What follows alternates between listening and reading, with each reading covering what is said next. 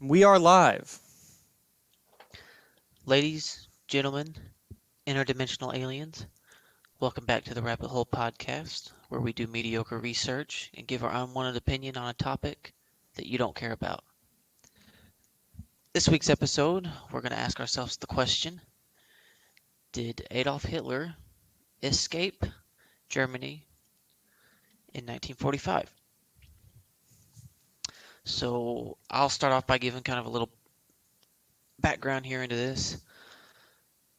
So let me get my dates right. I believe April 1945. Correct. Yeah, 30th April 1945, Adolf Hitler commits suicide in his bunker with his wife Eva Braun, and the Soviets who invaded Russia or invaded Berlin find his body in the bunker supposedly, drag him out, burn him, and they claim that they have Hitler. But um, where the conspiracy kind of comes from that he survived is the fact that there was many other Nazis, uh, and not just just normal soldiers or whatever in the military, because plenty of them escaped, yeah. But many high-ranking Nazi officials and officers escaped Germany after World War II and fled to different places. And that's kind of what we're going to cover here, and we're going to kind of try to bring up some evidence of Hitler himself escaping as well. Definitely. Old Adolf Houdini. And I think a lot of those high-ranking Nazis end up in South America too. You find a lot of them, like Goring, for instance. Goring was captured working in Argentina at a car dealership. There's a lot, and even the towns. In this episode we'll cover Colonial and Dignidad. We'll cover. I can't. I'll have to pull up my notes, but La Crescente, I think it's called. But it's this. You're in Argentina and you come across this Bavarian village. There's La so much Comprasida. crazy stuff. La Comprasida is the name of that. La Comprasita, yeah, Hmm. yeah. So much crazy stuff. And just kind of an overview. All the U-boat sightings off of the South American coast in the months after the war uh, are big evidence as well. But I don't know where do you want to start with this? You want to start with leaving Berlin? Like, how could he have escaped Berlin? Yeah, so um, I'll go with talking about the rat lines. Yeah. And the rat lines were um, basically think of the Underground Railroad that we have in the United States that helped the slaves escape north. Rat lines were kind of just smuggling routes from Germany into different parts of Europe and eventually into South America. So one of the main ones was from Germany to Spain, and then from Spain they would get on a boat and they would travel to Argentina, which is the southern most country in South America. Now, um, the boat thing, German U-boats are famous for being untraceable and undetectable. So that's I would assume that's what they would use was probably a German U-boat to be able to secretly kind of evade patrols and stuff like that. And so there was another one. Another one went from Germany to Rome to Genoa, Mm-hmm. and then from Genoa, which is in Italy, to South America. All roads, all those rat tunnels, I think they all end in South America, though. Correct? Yeah, South America seems to be the place where most of Hmm. um, Well, the escaped Nazis went to, and it makes sense it because really does. it was a world war, right? Mm. So there was a lot of different countries and places involved in um, this war. So basically, anywhere in Europe, anywhere in North America, and anywhere in Asia is kind of off limits and unsafe. Even Africa, like there was a lot of battles and stuff fought in North Mm. Africa. So really, you don't that eliminates a lot of places that you can go to that wouldn't really know or understand it. You have to remember this is back in 1945. So if a country wasn't involved in World War II, they probably really wouldn't know much about it. Right. So going to the southern tip of South America, you would come to a place where no one really knows who you are, even though you are a high-ranking Nazi official. All you had to do is just take off your uh, Swastika. uniform, put on some normal farmer's clothes, and start whatever, and you would just seem like a normal immigrant. Hmm. And German immigrants were really popular in that area as well. Hmm. So I live in kind of central Texas as of now, and this was a really popular area for German immigrants back in the 1800s. There's places like Frederickstown, New Braunfels, Hmm. which are really big, like were German settlements that just evolved into kind of these German towns. And so German things are really popular there. Like there's a water park named Schlitterbahn. Hmm. Um, they have festivals there all the time. There's a lot of big like schnitzel places and just a lot of German characteristics with these towns. And that's what you see a lot throughout Mexico and South America as well, is a bunch of German influenced towns. Hmm. But where it gets curious is where you mentioned places like uh, La Cumbrecita and Bariloche, Bariloche, however you say it, Yeah. which are two towns in Argentina. They're two mountain towns in Argentina that primarily speak German. Yeah. And they have a lot of German architecture and a lot of German influence as far as just shopping and food and stuff like that.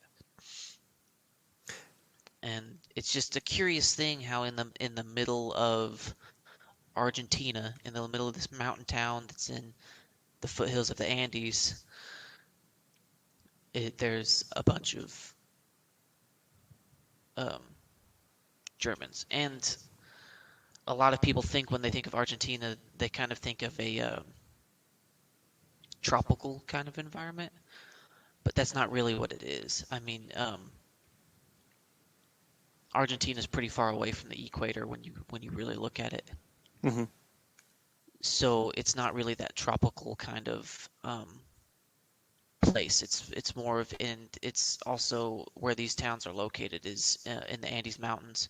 So it's more of like skiing and mountainous, which resembles Germany a Right. lot. Germany's kind of like that too. So it just makes sense for them to kind of go to a place that reminds them of home.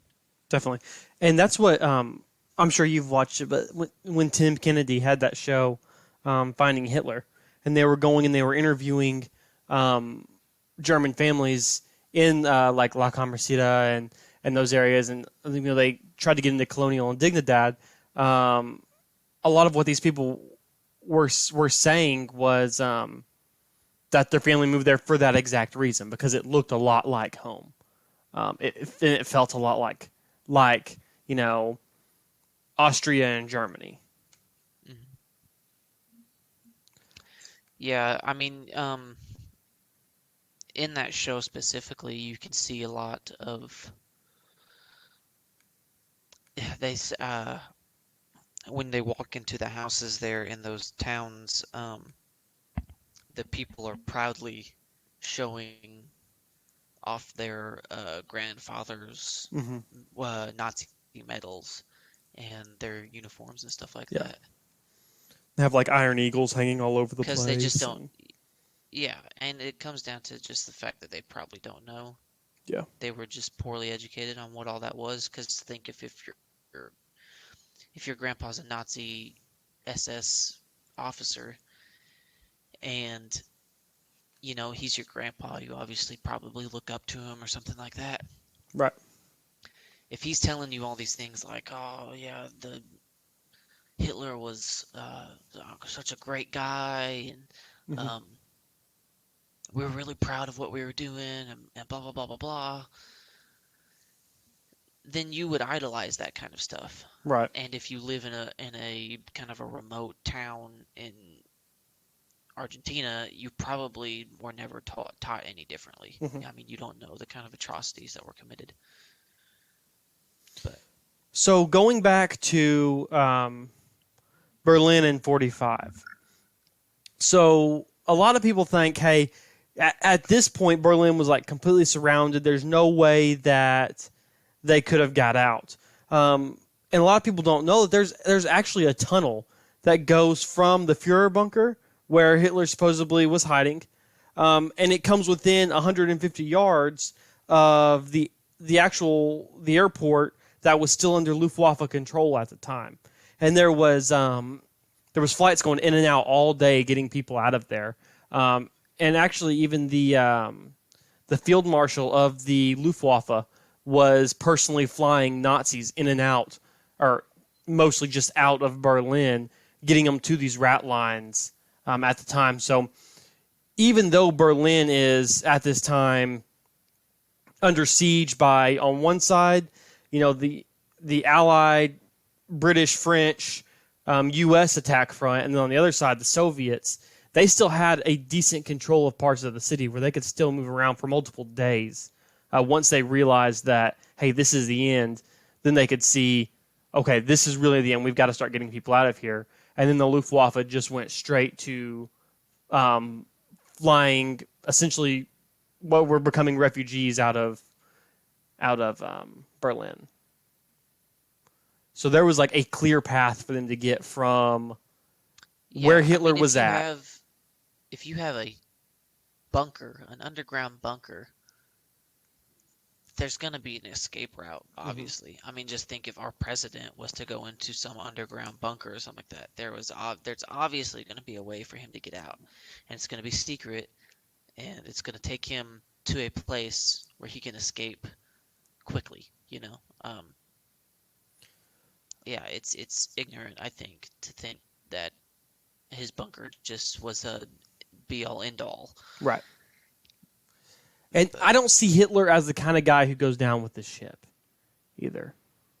absolutely not. Yeah, no, he's gonna No. dip out and Yeah. try to survive. Yeah. He was a very Resourceful? well that, and he was very vacation oriented kind of. Hmm. He Oh, yeah. really liked to live the high life Hmm. and stuff like that. So I don't think he would really be the one to go down with his ideals, No. kind of thing. And, Um, he was really a he's cockroach, not a too. martyr. He's Just not a stay alive martyr no at matter all. what.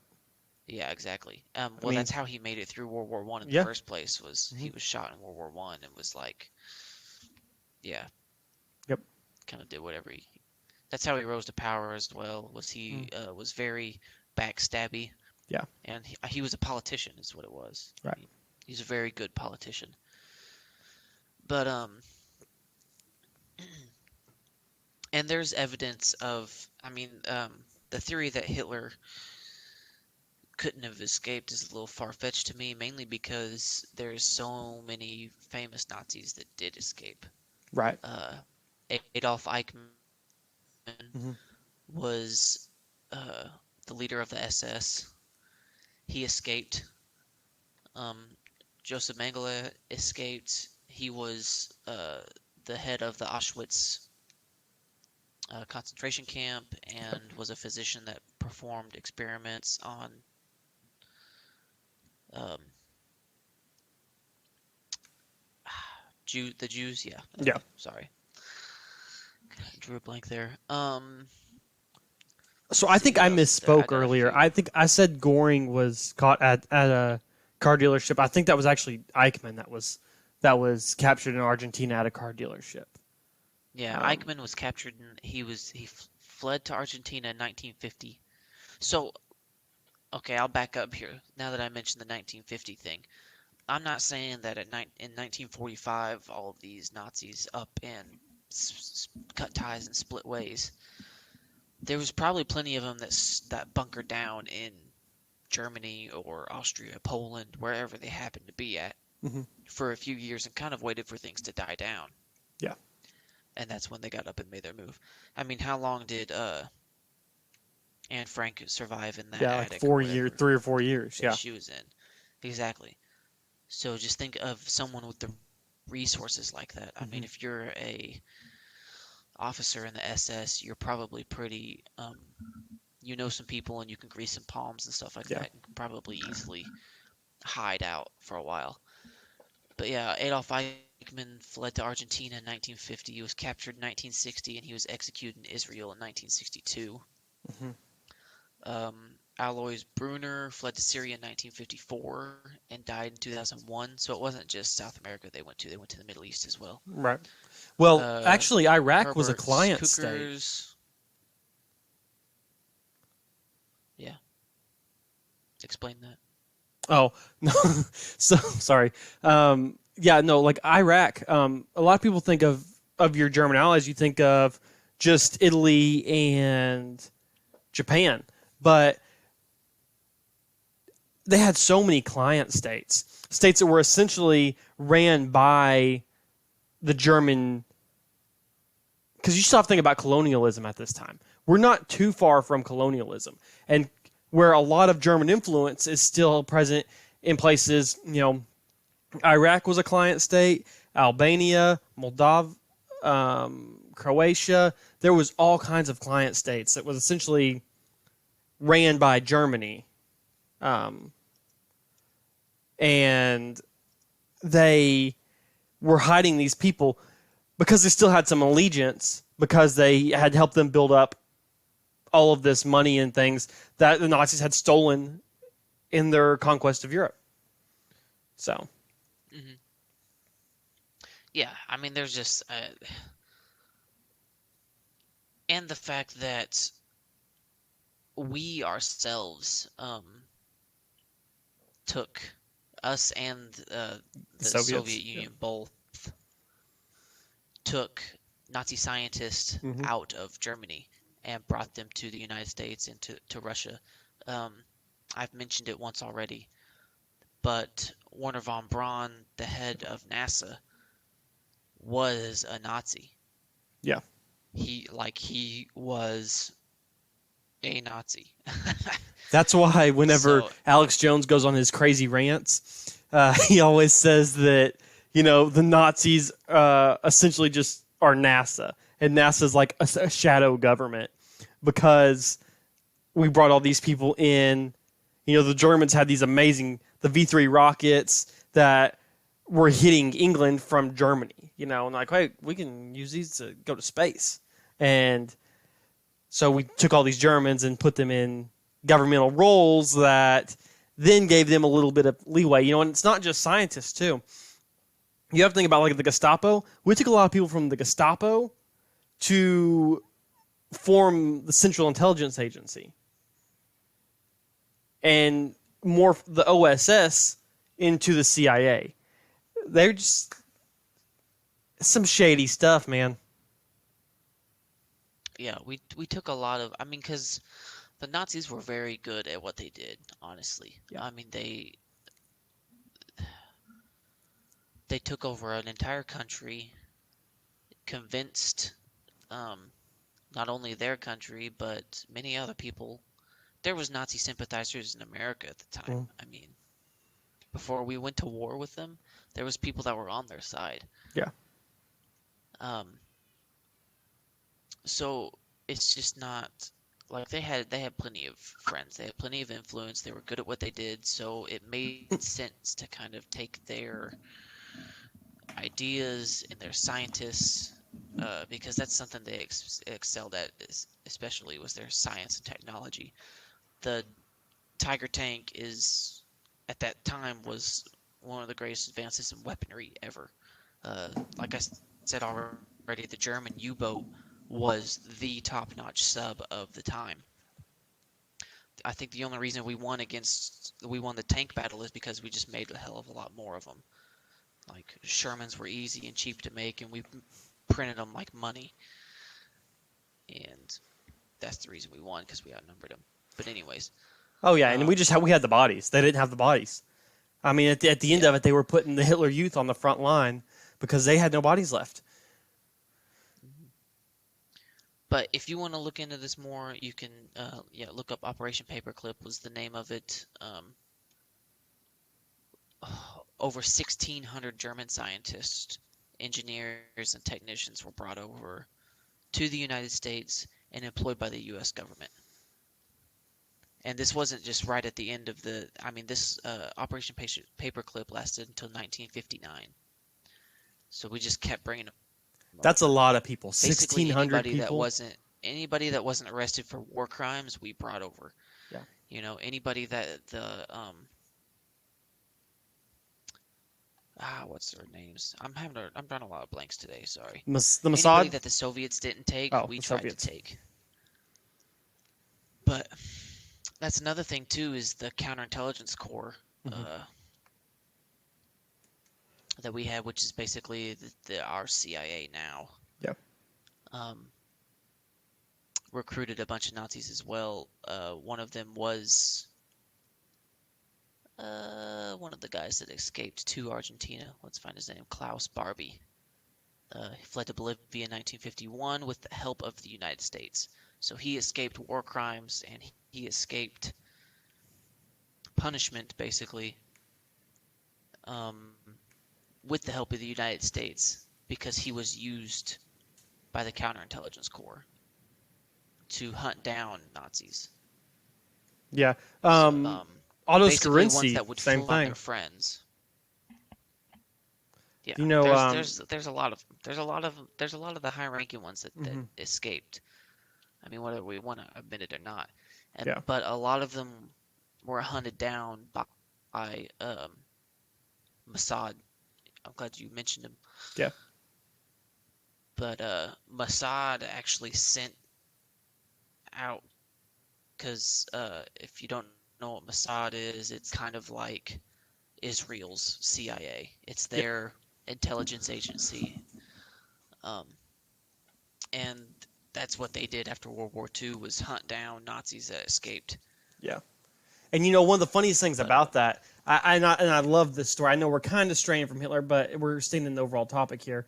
Otto Scarinci, I don't know if you know who that is, but he was a Nazi, a colonel in the German infantry.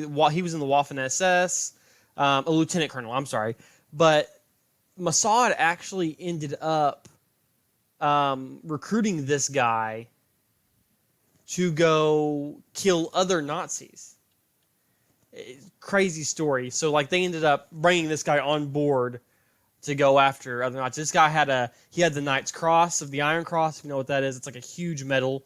He actually personally led the rescue operation that rescued Benito Mussolini whenever he got captured. And somehow Mossad ends up with this guy on their team hunting Nazis. It's just a crazy world. That whole time, there's so much of a power vacuum created whenever the Germans fell apart that a lot of weird things happened and were allowed to happen. yeah, a lot of those guys were just scrambling to stay alive. Yeah. So they were willing to do just about anything. I mean, most high-ranking Nazis that really did something like that were captured, and they were put on war crimes, and a lot of them were executed for what they did because they did horrific shit. But we're kind of about conspiracies here, so I want to get into a little bit of conspiracy on this. And that's the fact. I didn't want to say, sorry, I didn't mean to put fact in there because I'm talking conspiracy. And that's the idea that the theory that the Vatican and the Catholic Church actually helped these Nazis escape. Because, the Nazis' main target was Jews and Judaism. And that's kind of the natural enemy of Catholicism as well. And Hitler actually used that as an excuse for what he did, was saying that it was God's wishes to kill Jews because they killed Jesus or whatever. So there's belief that actually the Vatican blessed off on these rat lines and actually helped build these rat lines and help fund the smuggling of the Nazis. Mm-hmm. And there was actually some bishop or something like that helped. And there's a sighting. There's a sighting of Hitler, a reported sighting. Bishop I'm sorry. Udall? That was actually took place in a monastery, I believe, in a Catholic monastery. I'll have to look up the exact. And I mean, we can get into this another time, but I think the Catholic Church is into some pretty shady shit, anyways. Yeah. I don't disagree with you there. I think that group of people has been a source of power way too long, and that it's corrupted very deeply. But so I really do believe that. I mean, I think that they probably had a lot of help from the Catholic Church, which was at the center of, the Vatican's in Rome, right? Yes. So they would have been under Axis that's where one of the control. rat lines went through. Yeah. I mean, they were in Axis control, with Italy and Mussolini, and the Vatican sits in Rome, which is where one of the rat lines went through. One of the rat lines passes through Spain, which is a Catholic country. Yeah. Italy, which is a Catholic country. It just makes sense to me. And then they go to South America, which is Catholic, mostly Catholic. Yeah. I mean, a lot of places were Catholic at that time, so I guess it's not really that much of that weird of a connection. But I just feel like there's a lot of weird coincidences there. Yeah, I agree. And like with every episode we've filmed this far, it's almost too many coincidences, right? It's just there's too much happening for there to too much smoke to not be fire, right? Mm-hmm. Yeah, when you start connecting dots, it just seems like, I don't know. Like you said, there's sightings of Hitler. Even in South America, there's sightings of him supposedly. Mm-hmm. And I don't think he lived very long after he escaped. Honestly, Mm-hmm. I think he probably at the most lived about another 5 or 10 years. Yeah. Because he did have Parkinson's, and he was addicted to meth. Yeah. Well, nearly all of Germany was addicted to meth too. Yeah, that was kind of their thing. Yeah. Was they would dope themselves up on amphetamines to fight a lot harder. Yeah. That's not like unheard of, even in like history, though. Realistically, if you want to go back to like drugs the Norse, have been the berserkers and very like the Norse, taking shrooms and going into battle. and they did some sort of drug that put them in a berserk style, like rage, to help them fight better. I believe it was a mushroom, wasn't it? I think they might have Made put it the out of mushroom mushroom, into like a drink or something. They drink the drink and then it set in and they went into a of rage. Mm-hmm. Yeah, I think when you look at the SS Field Marshal, he ends up getting captured. I'm sorry, can't talk for a second there, but he ends up getting captured, and he goes on trial, at what was those trials called? I can't remember what they call them. The Nazi war trials. What were those called? The Nuremberg trials. Nuremberg trials. Nuremberg. So, in the Nuremberg trials, he says that he smuggled Hitler out of Germany. Now they said, "Oh, he's lying. He's lying. That's not true," and supposedly proved that it wasn't true. However, I mean, he did say that he did. Now, that might have just been to create some kind of facade that the Third Reich wasn't dead, and that it was still up and about. But that's don't know. That's kind of weird. The whole thing's weird to me. He knew they were going to kill him over it, yet he still is going to say it. You know. Mm-hmm. Well, that's like, so what's the best way to go somewhere else and start anew? Die. You know, it's fake a suicide, make sure the body can't be positively identified. Mm-hmm.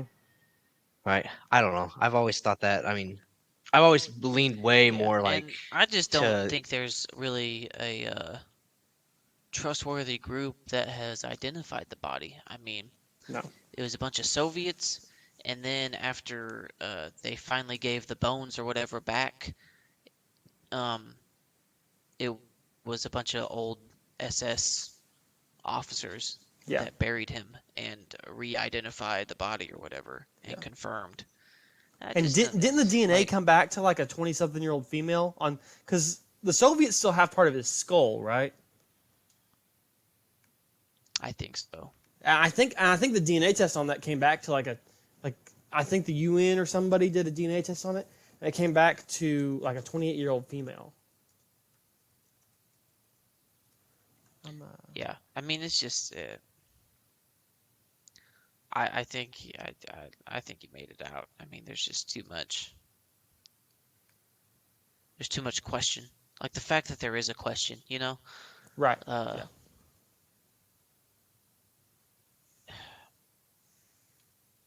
well, I mean, Anybody else you know, at that time, anybody else who is that high profile would have like pictures taken and all that stuff.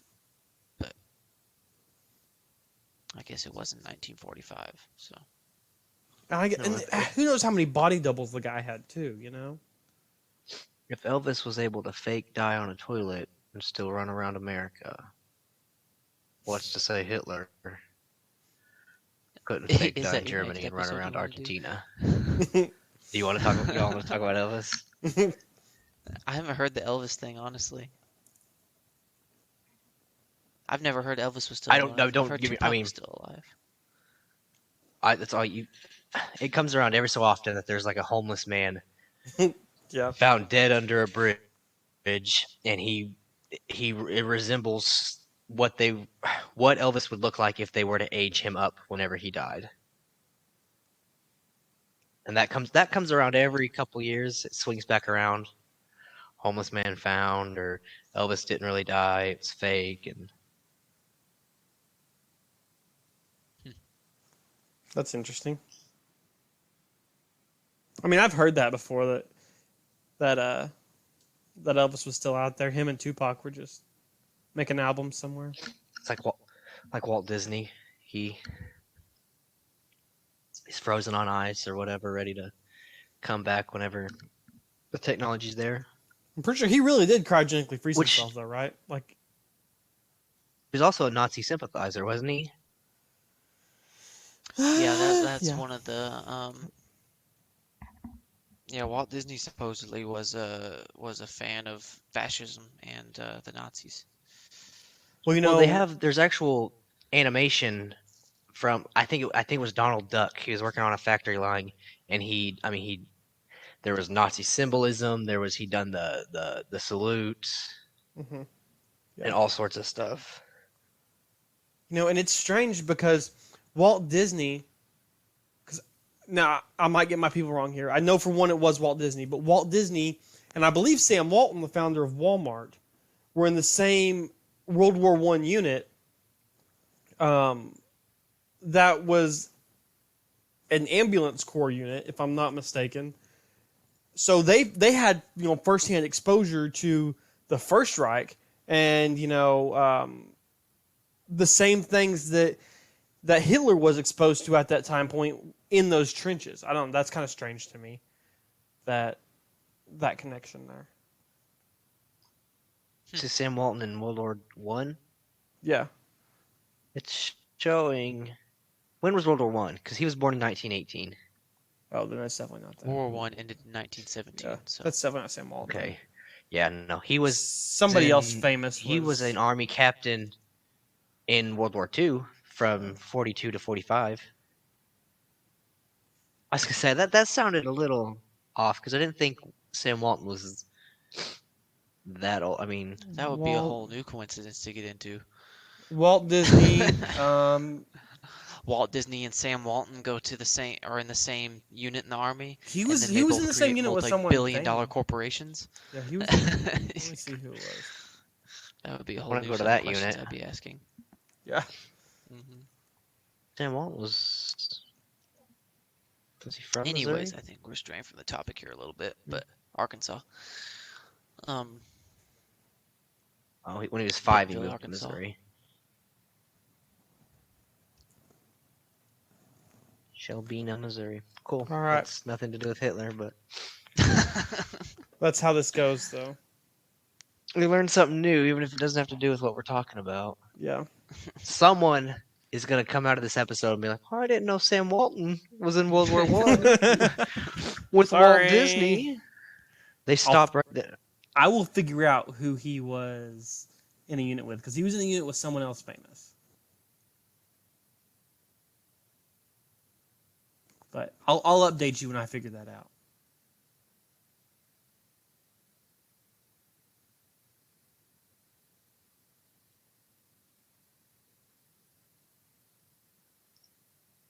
Guess still there?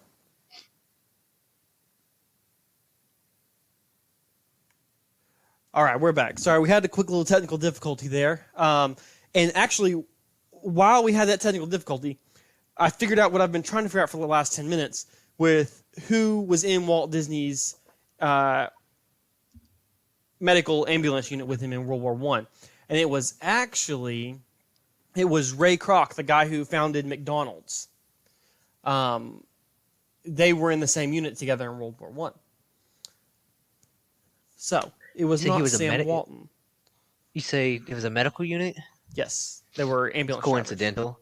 The Yeah. man in a medical unit made one of the most unhealthy Now food he's chains. killing more. drivers. Yes, Yeah, Yeah. killing more people than Yeah. anything else. yeah, probably them World War Handing I out did. diabetes. So to roll back to Nazis, Germans in Argentina, kind of building a little bit more groundwork for this was a place that Hitler could have lived out the rest of his life.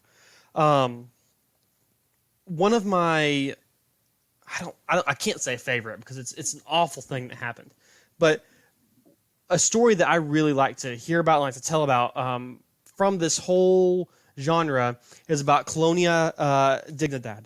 So there's actually a movie you can get on Netflix right now and watch the movie. It's called Colonia, and it has Emma Watson in it, and it talks a little bit about this place. Okay, so this was actually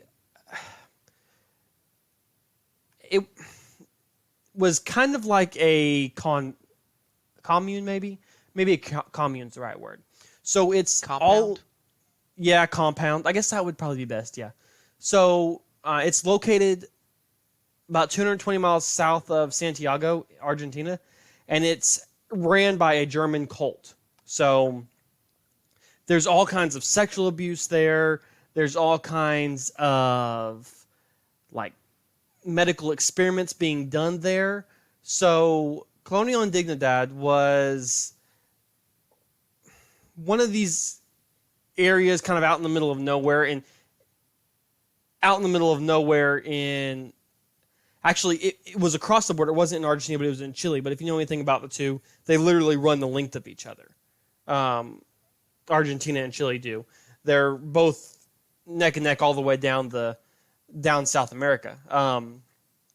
But there was actually some Nazi scientists, doctors that worked in the Holocaust concentration camps that ended up living at Colonia Indignidad, and they were continuing their experiments from the concentration camps at Colonia Indignidad.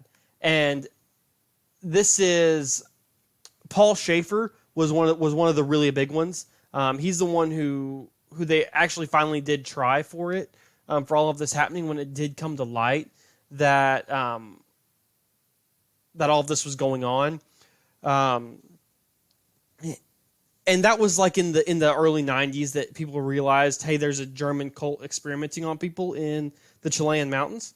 And whenever they did that, he actually he fled to Argentina, actually to, you'll have to help me with the name, the village we talked about earlier, La Cumbrecita. La Cumbrecita. That's where he was actually caught and arrested. Paul Schaefer was. Then in the early 90s, after this whole thing happens, Colonia Dignidad actually changes its name to Villa Bavaria. And, like, you know, German village, or Bavarian village. I think Bavaria means Germany, but Villa Bavaria, and becomes a resort, a German-themed resort. But it's still ran by the same cult, and it's still operated by the same families that it was operated by when it was founded directly after World War II. I think that a lot of what this is for me with that story is that I think it really speaks to what Hitler wanted done and what like Mengele was working on and what the whole occult thing that the Nazis had about them. You know, they were very into the occult. They were very into experimenting, into doing something that was out of the ordinary, right? And I think Colonia Dignidad really speaks to that. And the fact that all of these villages and all of these compounds in Argentina and Chile all kind of come back to that really just, it goes back again to that's too much coincidence for me. There's definitely, this is definitely a Nazi regime essentially in Argentina and Chile working together. I mean, they caught the guy from Colonia Dignidad at the place where Eichmann was living. So there's too much going on there. There's definitely a connection there. And you have all these people who were all trusted advisors and trusted by Hitler. So if Hitler escapes Germany, he's going to go to this place where he has his trusted advisors and his trusted people around. And a lot of people think that he went to Colonia Dignidad, and that's where he lived out the rest of his life, was at Colonia Dignidad.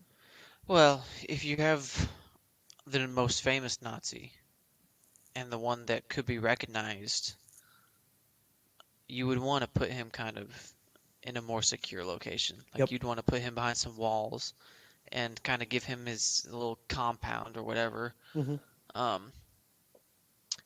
Did you sorry, I was reading some other stuff. Did you mention the little boy that escaped? I did not know, but you can go ahead and talk about him if Okay. you'd like to. Apparently there's a story about a little boy that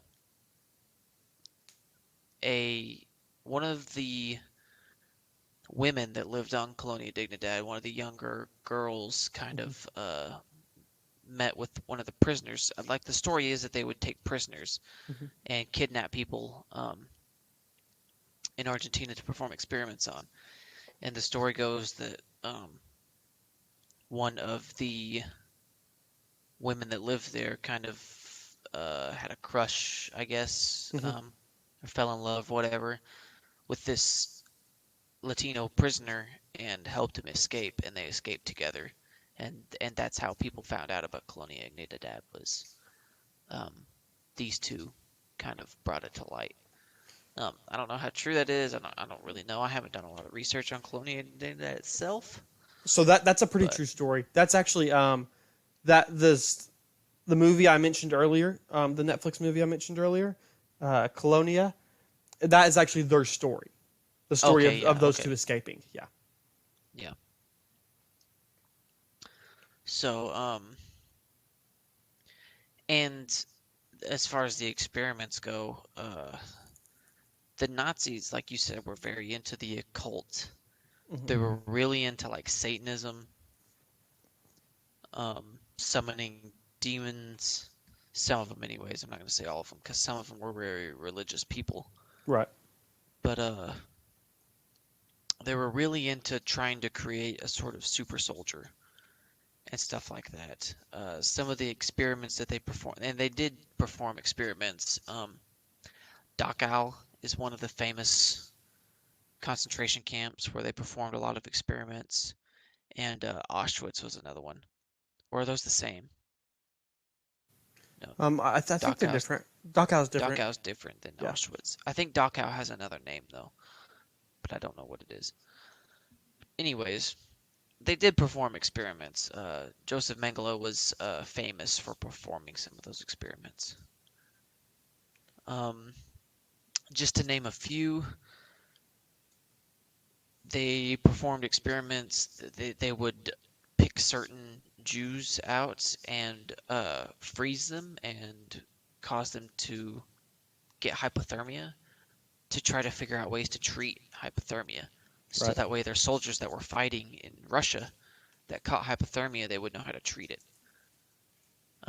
Another one was bone, muscle, and nerve transplants. They were trying to figure out if someone lost their leg, could they cut a leg off of a Jew and sew it onto a Nazi to give him a new leg, kind of thing. Mhm. Um, Malaria experiments. Nazis were all about the global domination thing. They were pushing hard into Africa. Malaria is a pretty popular thing whenever you get into Africa. Right. Um, so they were trying to figure out how they could treat malaria. Mustard gas experiments, of course, they gassed millions and millions of Jews to figure out different kinds of effects of mustard gas on Mhm. people. They would they would force Jews into drinking salt water to figure out the effects that that had on the body and to how to treat it, and so that their sailors and stuff would be able to drink salt water. Sterilization. They didn't want Jews breeding. They didn't want anybody that wasn't Aryan to breed. So they performed sterilization experiments. There's just ton. I mean, the list goes on and on and on and on. Blood coagulation experiments on different ways to stop bleeding faster. Mhm. They did all sorts of stuff to Was it Mengele who was obsessed with twins? yeah. That's one of the kind of creepier ones. Was Nazis kind of believed that twins were like a genetic miracle, and that twins had some sort of Mengele especially believed that twins had kind of a supernatural power and that they were like more gifted. So Mengele himself would seek out Jewish twins to perform experiments on them to try to figure out what made them different. Mhm. Um, He would like keep one in good condition as he like tortured the other, right? To see if the other Yeah, to see could if feel the other one pain. would feel it, Yeah. to see if they could talk to each other telepathically. Yeah. There's actually um, accounts of him sewing twins together to Yeah. try to create conjoined twins. He was very demented, and Yeah. he had a weird way of trying to look at things. Um, He's pretty out there, man. but yeah, so the Nazis were. It just fascinates me how scientific they were. Right. And I mean, I guess that's one of the reasons that we brought them over during Operation Paperclip. But they were intelligent and they were all about trying to find something new, basically. Yeah. They were really into scientific experiments, Mhm. which is weird because they were so religious too. Right. Usually those things, religion and science, don't really go together all that well. Right. Um, And that's like the seat of the Holy Roman Empire. Like after the fall of Rome and the movement around of the Vatican and all that, Germany becomes essentially God's country with Charlemagne and the Holy Roman Empire and all of that. So I mean, like that religious fever was really ingrained in all of Germans growing up, and just their history is all about that. yeah, it's you very see strange. a lot of that in Central Europe, Mhm. I think. Germany, parts of like Hungary, Mhm. Yeah. Slovakia, places like that. You see a lot of like what it is deep, deep-seated nationalism, Yeah.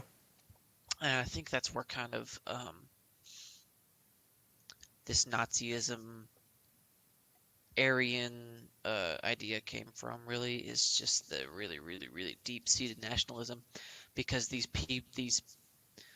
groups of people had been a part of something larger for so long, and Mhm. when they kind of broke down into their own thing, they had really, really large amounts of pride in Right. that thing and who they are. And there's still civil wars going on about it today. Right. Um, Serbians, for example, Czechs and Slovakians and Romanians and Hungarians. It's just all through that area. It's a lot of deep-seated nationalism and Yeah. pride for what you are. And I think that's where the birth of Nazism comes from, really. It's just such a deep infatuation and a deep pride within oneself that you think you're better than them, and them being, blacks, Hispanics, and Jews. Right. No, I agree with you. And I think that all of this, people might be wondering, how does this do with Hitler surviving World War II? What's this? All of this is that fever, that drive that all of these Germans were feeling, and that sense of nationalism. Well, that was Adolf. That's how they felt about Adolf. That was what he brought to the table, was that unity of all these folks. So when Germany is falling apart, I mean, these people are literally going to sacrifice their lives for him to escape and survive. And people dedicated their entire lives to ensuring that these rat lines were open and moving well into, they were well into the 50s, if I'm not mistaken, correct? Yeah. That these rat lines were operating. Exactly. Think of yourself. Put yourself in the shoes of a Austrian family that you just live up in the mountains of Austria or Mhm. whatever. You haven't really been affected by the war, but you know who the Führer is. You know who Hitler is. And you're, of course, white. You're very proud of where you come from. You're proud of where you live. and all of a sudden one day there's a knock on your door and it's an SS officer, and behind him is standing the Fuhrer. Mhm. What are you gonna do? You know, you're Yeah. you're gonna do what you can for your Fuhrer. You know, Right. your God, your leader, your and so yeah, I strayed a little bit, but that's kind of where I was going with all this is Mhm. the fact that there's so much pride in those people that they totally would have helped Hitler escape. Yeah. Like And they wouldn't have Russia just and turned on us him. were the enemy, you Yeah. know?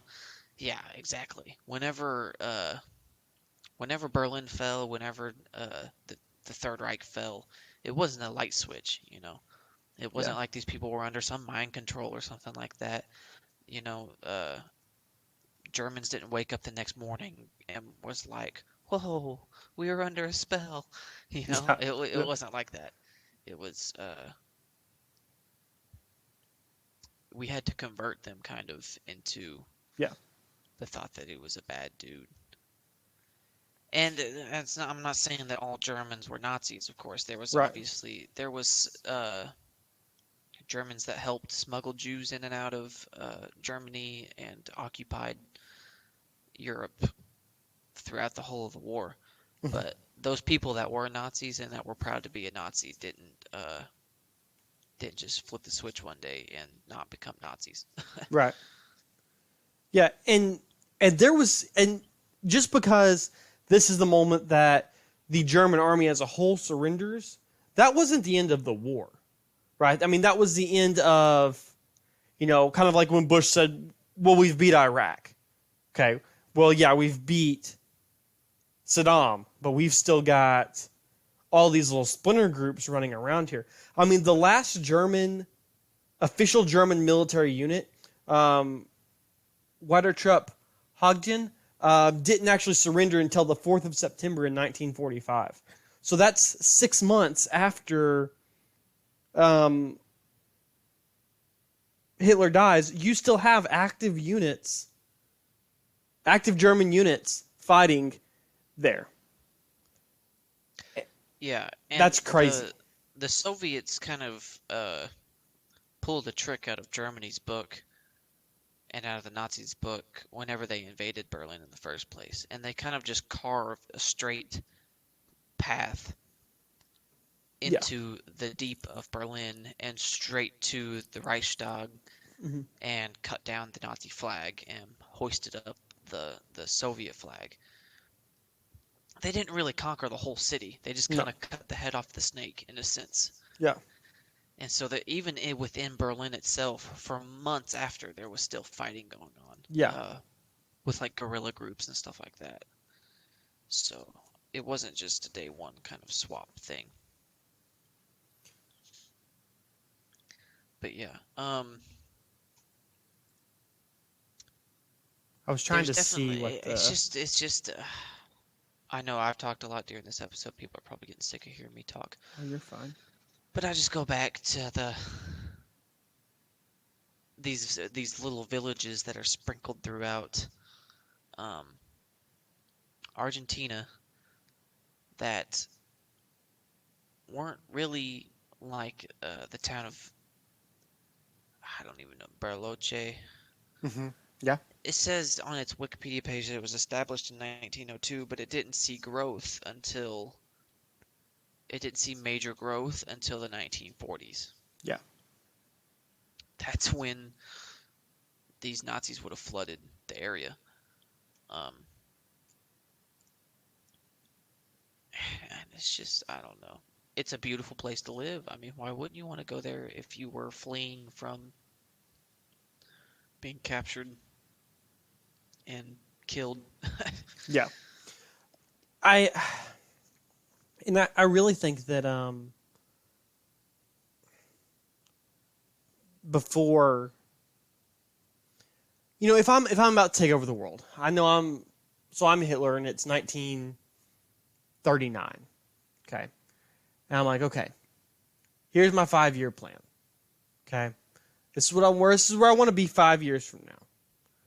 I'm going to start thinking about contingencies, right? And I'm going to start thinking, okay, which I'm not saying Hitler was in the right state of mind either, right? But if this goes wrong, I need to have a backup plan, right? I need to have somewhere that I can go to get away from all this, or my people can go. And I really think that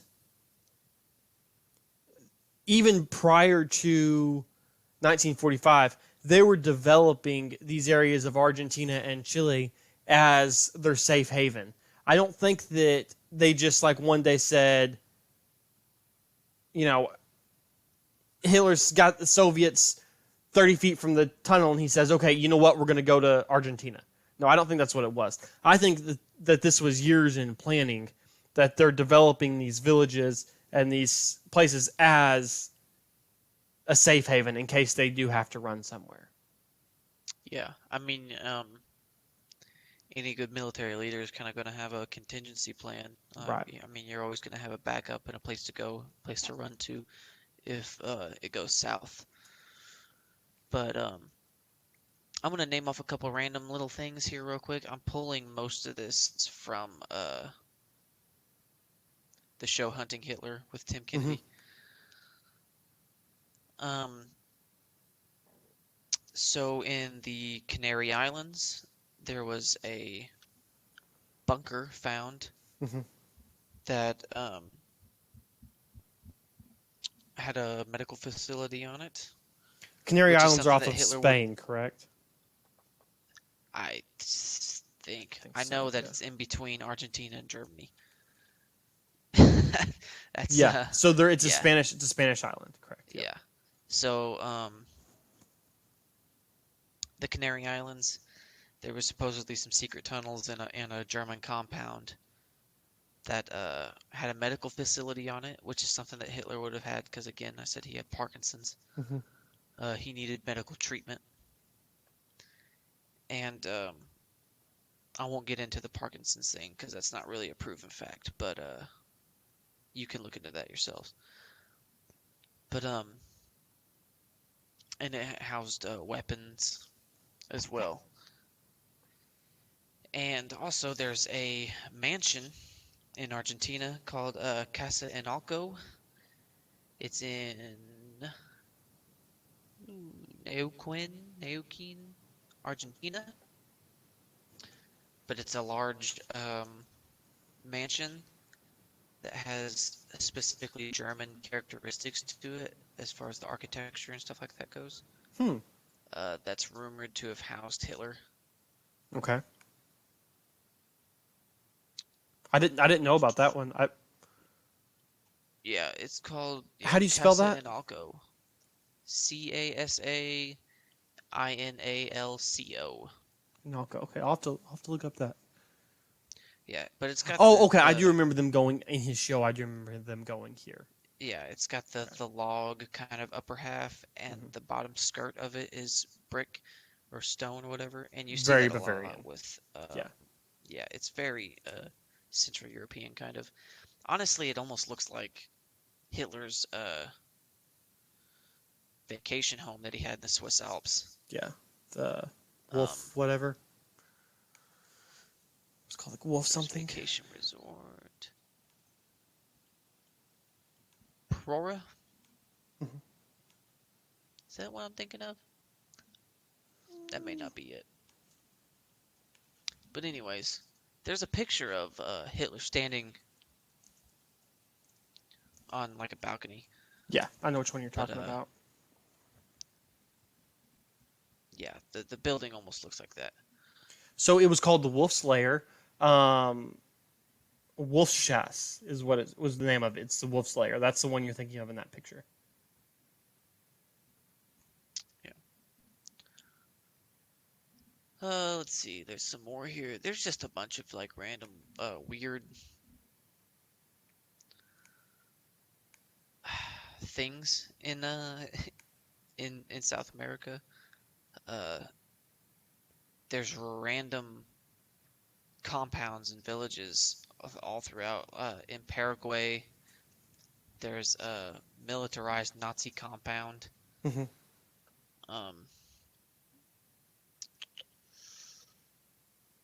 there's supposedly a bunch of like hidden treasures that have been found that have a lot of like Nazi memorabilia in them, like golden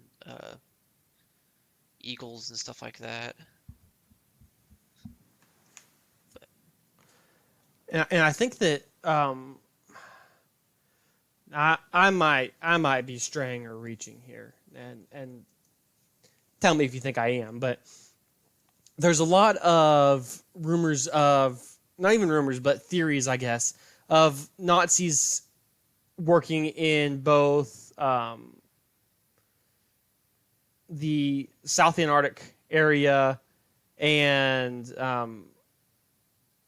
like in the Arctic Circle area. And I think that being on the southern tip of South America would also have played a lot to that. A lot of people thought, hey, maybe they're going to, I don't know what the correct, what's that called, Cape Horn or whatever it was, where we go around the bottom of South America. Cape Horn's in Africa. Is it Cape Fear maybe?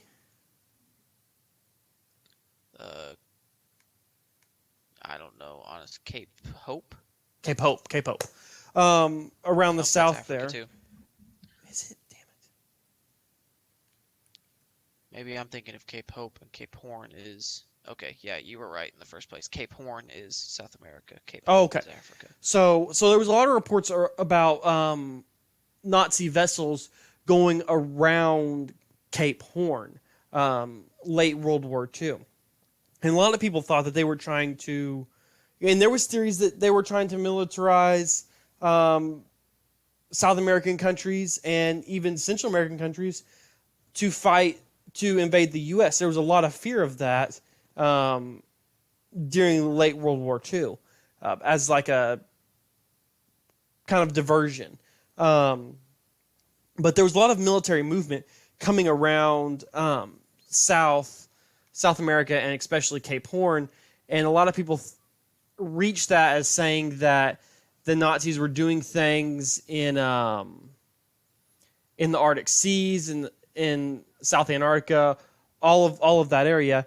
And I think that it might have just been more that they were going around to the Pacific coast of South America and going up into Chile and dropping off things there and prepping. I mean, and even in that Tim Kennedy show, now you might be referring to this with your Paraguay thing, but there's like a drop point almost off of this beachhead where I remember him going and finding a Nazi military compound that was on the beach and looked almost like a landing zone where they would be bringing in not necessarily people, but materials to build a network in South America.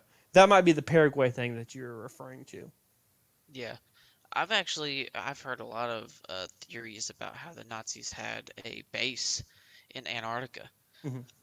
and that they used it. They were going to try to use it as kind of a staging point to reach South America and eventually push to the United States.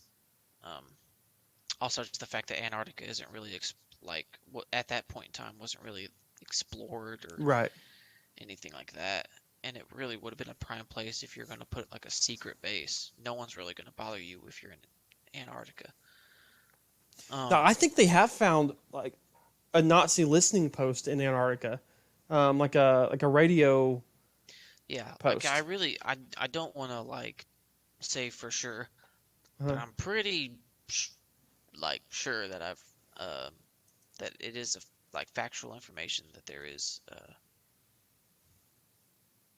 This is where the mediocre research comes in, but Yeah, no, so yeah, they did. There was in Antarctica. I've got the backstory on it right now. They have found a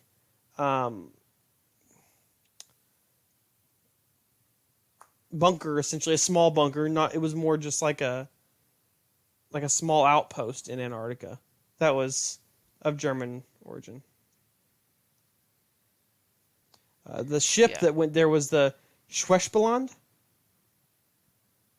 The Schwespeland is the ship that they took in 1938 on a German Antarctic expedition and established a small outpost in Antarctica, and that would be like on the same side of Antarctica that South America was on, where you get that where almost those two tips kind of get very close to meeting.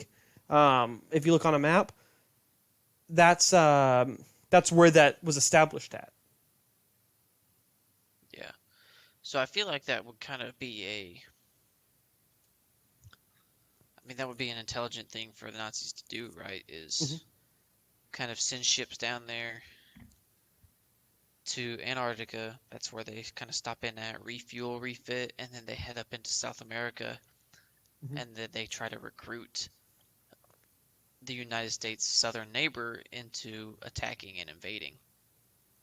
Yeah.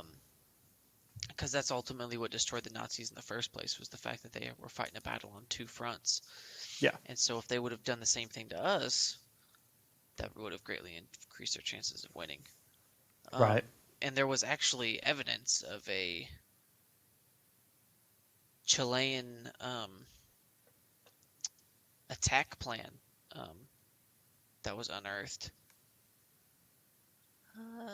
I don't really know where. I've got way too many tabs open, and I can't figure out where exactly I was looking from. But anyways, it was the Chilean like secret service kind of CIA government agency, whatever, was speaking with the Nazis, and actually they devised a plan to try to attack the United States. Obviously that never came to fruition, but there was definitely some speaking between them and everything like that. And even Argentina itself was never... It refused to join the war until March 27th, 1945. When it's over. Yeah, that's 30 days before Hitler supposedly kills himself. Yeah. So of course that's when they're gonna be like, oh yeah, we were on your side, kind of thing. Yeah, you know? exactly. They were waiting for a winner. Exactly. The Argentina just had too many problems in itself at that point in time. But all of those countries none of those countries actually declared war. Besides Bolivia and Colombia, not a single one of them declared South America declared war on the German or the Axis conglomerate before February of 1945. At that point, in February 1945, you have Chile, Paraguay, Peru, Ecuador, Venezuela, and then you get Bolivia, and then in March, Argentina. It's like almost they all decided at one time together, hey, yeah, we're going to go ahead and declare war on them. Well, yeah, they were watching. I mean, something obviously... I haven't brushed up on my World War II history in a while, but something obviously happened in February of 1945 to convince them that, hey, Germany's lost, Right.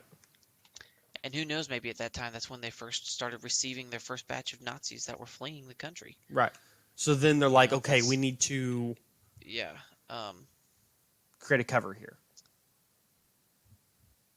And even though they declared war on the Axis powers, the Argentinian president or dictator, king, whoever he was, I don't really know, their kind of government at that point in time, but his name was Perón. Yeah. He allowed these people to come into his country. I mean, it wasn't like they snuck in under his nose. He allowed the Nazis to come in and establish these communities and to live their lives. And he kind of shielded them from persecution, He never extradited any of them or anything like that. They brought a lot of business, and they brought a lot of money with them. Yeah, I mean, they did too. And that's the thing, is not the Nazis had gold. out of the places that they conquered and took over, they robbed them of everything they had. Yeah. And so the Nazis actually had a lot of wealth and a lot of gold. As a group, as a country, the Nazis were kind of poor Mhm. in the fact that by the end of the war they were kind of running out of money. Yeah. But as far as the people themselves, Mhm. like Adolf Eichmann and Joseph Mengele, uh, Klaus Barbie, all those guys, they had their own stockpiles of cash Yeah. uh, that they could definitely use to go where they wanted to go and do what Mhm. they wanted to do. Um, but You know, I and a don't lot of think people say any. that the U.S. military wouldn't allow these people to get away, but you have to think about the time period here. So it's early 1945. You know, we get around to March and we get around to Hitler killing himself. Okay, we still have another war on. We still have a very, very heavy war going on in the Pacific. So we have to, I mean, instantly troop orders were okay, we've taken care of these guys. Get everybody going to the Pacific right now because we've still got a huge war going over there. So, because Japan doesn't surrender until September. So we still have Exactly. 4 months of fighting that has to be fought on the other side of the world. So, in all of this confusion, all of this moving the entire Eastern Front over the Pacific, which, I mean, we really did. If you look at, a lot of, like, I remember in Band of Brothers, um, the TV show, those guys, a lot of those guys instantly, once we took the Western Front, got, I remember in the show, them getting dispatch orders to go to the Eastern Front. And then thinking, is that really how that happened? And reading up on it, and a lot of these guys that weren't getting brought home, they were just shipping them over, especially units that hadn't been in a lot of combat yet, sending them Exactly. to the Yeah, Eastern if you Front. hadn't met your time or Yeah. whatever, you had to do so many months, Mhm. in country, and if you hadn't met your time, then you were going over to the other battle. Yeah. And that's the thing is, once the Nazi flag fell and it was like, the Nazis are defeated, we immediately picked up and focused on the other side. Yeah. We didn't really care where the individuals went, as Yeah. long as The uh, ideology was dead. as long as the group itself was dead, Mhm. we didn't care. I mean, and it's So, kind of like any war.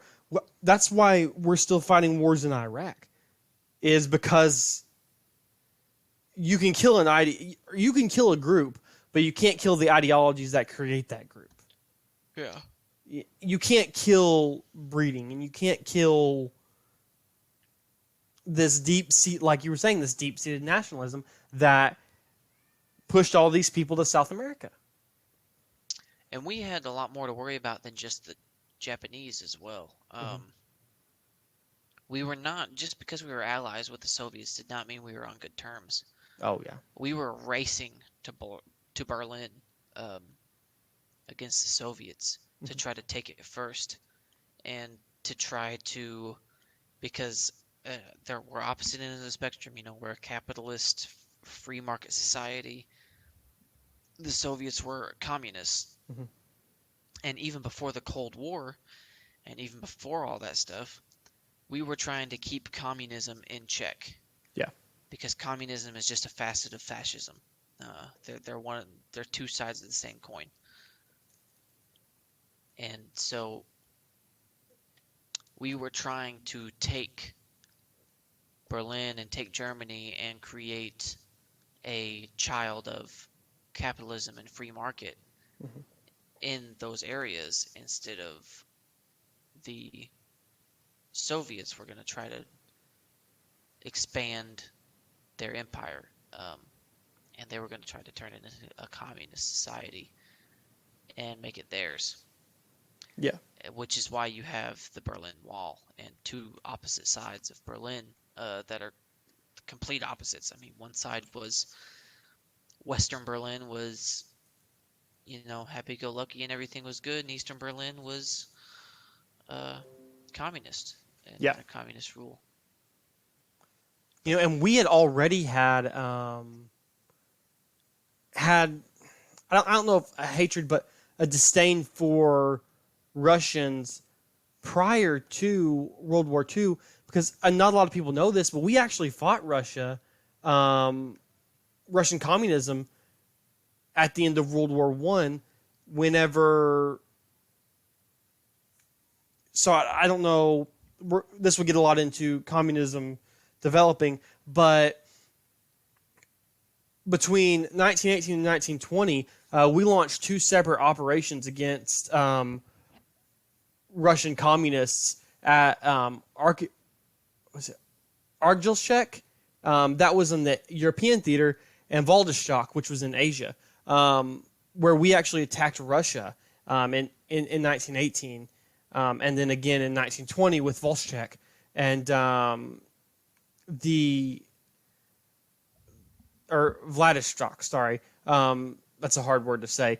But that was a really bad one for us. We actually lost a lot of troops. So we had a pretty big disdain for them at that time.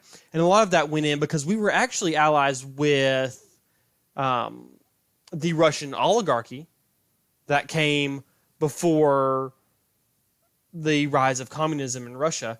So we went there to help the Tsar currently kind in of? power, the currently in power Russians, and The White Russians. I can't think of what their name is, like Anastasia's family, whatever their names was.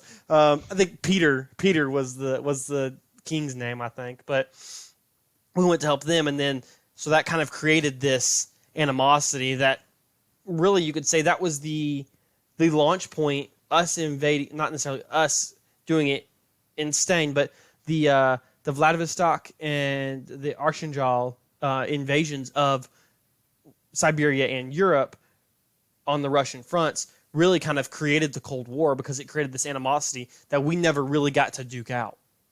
We never really got to say, once that was put off, we never really got to fight them over it, because that animosity was building.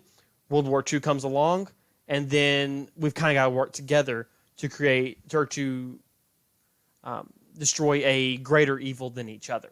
So I think that there was a lot of already deep-seated animosity prior to. Yeah.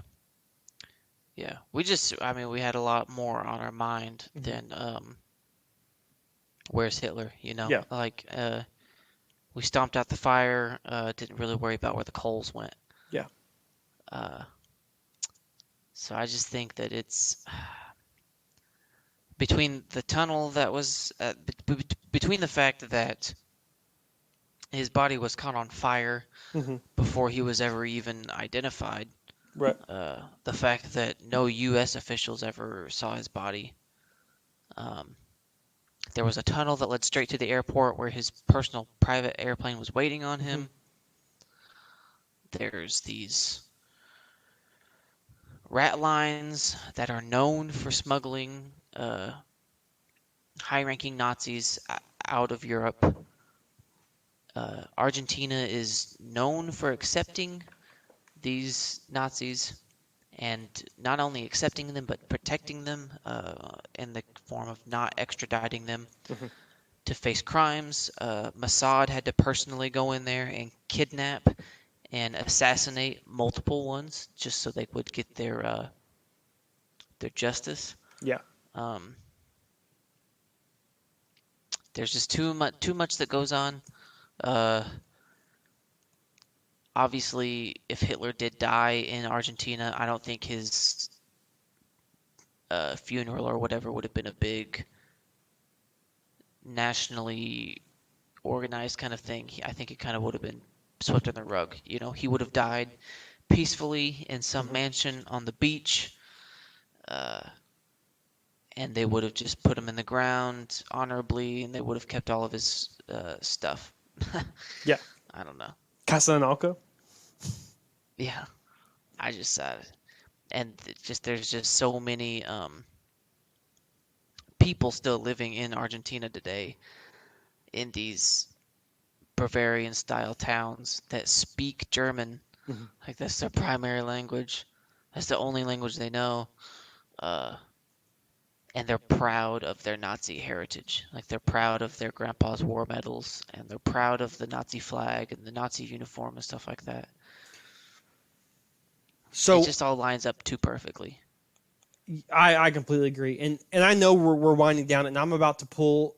I completely forgot about this, and I hate to do this so late in this podcast, but I'm going to pull it out because we can't not talk about it. A lot of people don't know this, and a lot of people think that, again, this is kind of a conspiracy theory. The FBI actually had active case files and was actively hunting Hitler in the 50s and 60s. They were looking. They had reports that Hitler had escaped to Argentina, and they had a witness that said they helped him. They helped them unload his plane when it landed, so on and so forth. And I mean, the FBI thought this was a real enough thing to actually create a case file on it, and it's been declassified since then. You can read the case file about it, and they were gathering. They might not have been as much actively searching for Hitler, but they were gathering information and keeping tabs on the fact that Hitler could be in South America. Yeah. I mean, I don't think it's that far of a stretch to believe. I think we've talked about some crazier stuff on here, such as interdimensional aliens and the fact that, yeah, I won't get into it again because then I'll go on another rant. But I think it's a very good possibility. Just the fact that there is so many Nazis that escaped and went on to live happy, successful lives. I mean, look at Wernher von Braun. He became the head of NASA, for God's sakes. Yeah. Like, the dude, after being a Nazi millionaire, came over to America and lived the American dream. Yeah. I mean,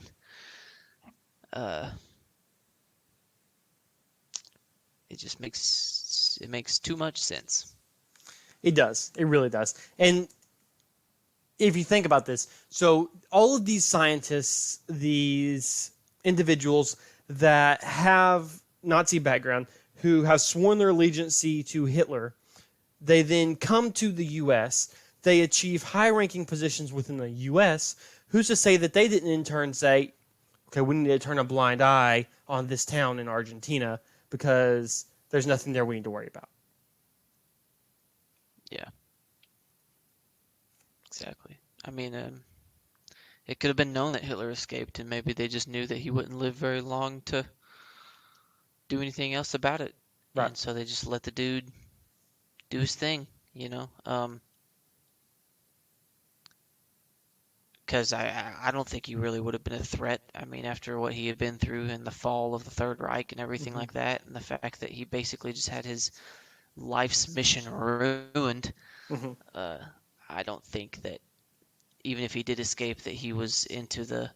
I don't think Hitler himself was as much into the things that his constituents did, like the setting up of the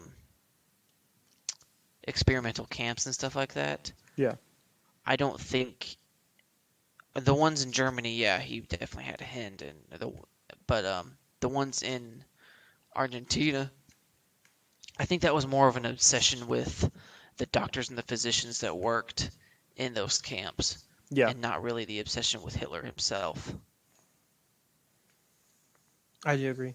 And at the time, a lot of the U.S. actually did not think that Hitler was dead. In the 40s, 45, 46, 47, there was a lot of interest in the U.S. on this exact theory that we're talking about today, that they did not believe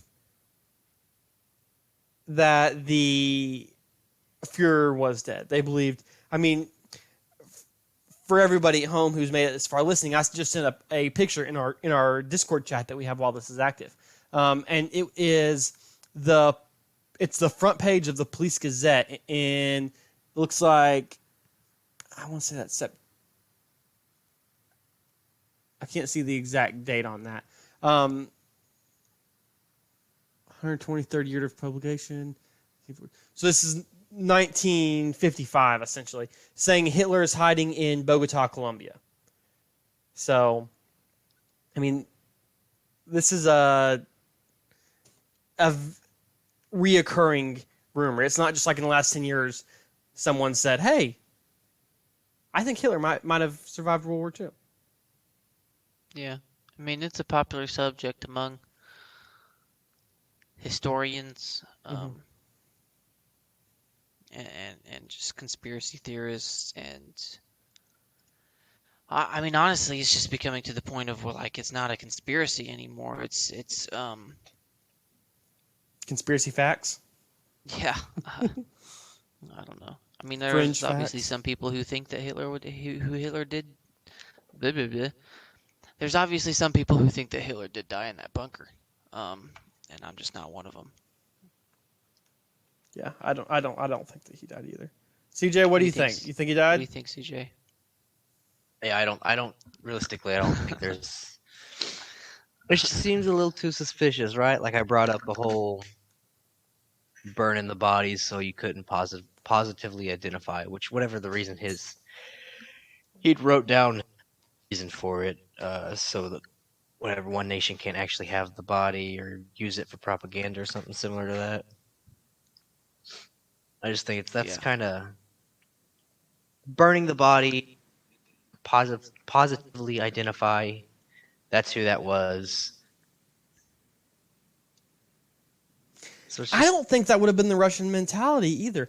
I think after what he did to them with the invasion of Russia and like St. Petersburg and literally just targeting women and civilian, I think they would have paraded his body around that town like Yeah, they would have put his head on a spike, I think. Like, I don't think they would have burned him.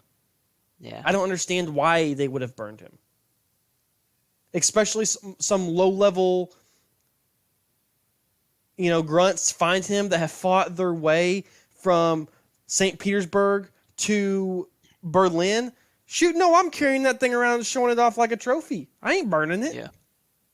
Yeah, exactly. Another question of it is did Eva, his wife, go with him, or did she die in that bunker? Did she actually commit suicide? And I think that because everybody in the bunker committed suicide, and I think that Hitler actually convinced them to commit suicide with him. Mm-hmm. You know, they all drank the Kool-Aid or whatever they did to kill themselves. And that way there was be no one to survive to say, hey, he left, he escaped, Right. kind of thing. I don't think he trusted anybody enough to let them see him leave, I agree. or at least anybody that was in that bunker with him. And if they're all dead, and there's a body double there that's laying there that looks like Hitler that's dead, you're not going to ask questions, Mm-hmm. really. Because he supposedly initially. shot himself in the face, right? Yeah, I think they Like- passed like- around a gun and all shot themselves. Yeah. So, I mean, any I always kind thought it of was firearm the- He damage shot to the her, face. actually. Did he shoot her? I think he convinced her to take a Cyanide capsule. capsule. Yes, Yeah. I'm pretty sure. That's what it was, yeah. She And took then he cyanide shot his capsule. dog. He even shot his dog, yeah. Yeah, Blondie. Shot his dog Blondie. Well, what a dick. Which they got married a couple days prior, right? Suicide Yeah. by cyanide poisoning. Yeah. Yeah, they weren't married long. They were Yeah. together for a long time, I think. Yeah. But I don't think they were together. They were married for very long. They were related for their whole lives, but They They were were related, weren't they? cousins? it was his niece. It was his niece? Oh my god. I think so. I knew they were related, but I didn't realize it was his niece. Oh my I forgot all about that. Tell us a little bit Yep, about just, that, just goes CJ. to What show do you you the got? kind of guy that Other than I think Taylor he's was. Eva, his half niece. So, Oh, that makes it a lot No. better. How do you get a half niece? It's your half sister's daughter. That's just a niece. I would think. I don't I would. understand. I don't know. It's Hitler, kind of I like don't last night I had understand to your figure reasoning. out what a cousin brother was. You ever I'll heard of tell you that? about a I know cousin Cousin somebody brother? who's got a brother cousin. Well, Roman Reigns and The Rock are cousin brothers. Okay? And it took me a long time to figure out what a cousin brother was because I thought The Rock had like some weird things going on in his family. But it's actually this whole East Asian thing that we'll get into another time. But if you're listening, Google Samoan cousin brother. Oh, we're thinking of different cousin brothers then, I guess. Yeah, so it's not like an incest type thing. It's not an then? incest thing. No, it's Oh, not. okay. But I thought it was. Like, I'm like, The Rock's incest? No, he's not. All right. Anyways, we're doing our usual thing, kind of straying off topic here, and I think y'all want to wrap this up? Yeah, we're getting real close to our time marker here. All right. Well, thank you everybody for joining us on the Rabbit Hole podcast. Again, thanks to you guys for joining me and having conversation. And we'll talk to everybody later. See you. I'm sorry I talked too much this episode, guys. I'll try to be quieter next time. Yeah, you wouldn't shut up. Man.